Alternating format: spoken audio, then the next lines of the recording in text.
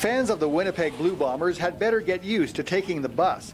When the CFL team's new stadium opens next year at the University of Manitoba, traffic flow to and from games will rely heavily on fans taking Winnipeg Transit. City Hall has found the area around the campus facility has parking for only so many vehicles, so they want the number of people riding buses to each game to jump from the current 1,500 to as many as 10,000. There might be a problem getting a lot more Blue Bomber fans to buy into this whole transit concept at the new facility.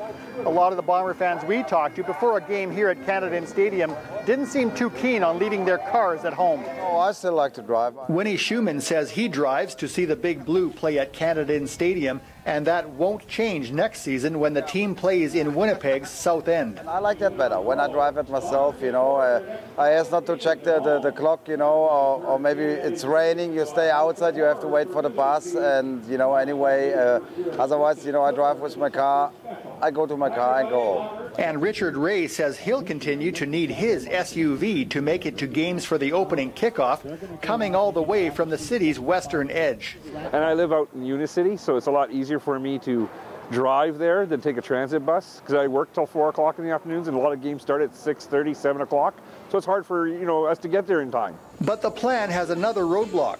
Winnipeg Transit would need to rent or hire private or school buses to help on game days. However, a few Bomber fans say the transit game plan could score with a lot more people if it's made very convenient with a park and ride system. It'll have to be fairly simple to get to. It'll have to be efficient, fairly quick to get from one spot to the other. You'll also have to have good parking for the people getting to the places where the transit is. A City Hall committee will decide whether to approve the plan before other councillors look at it too.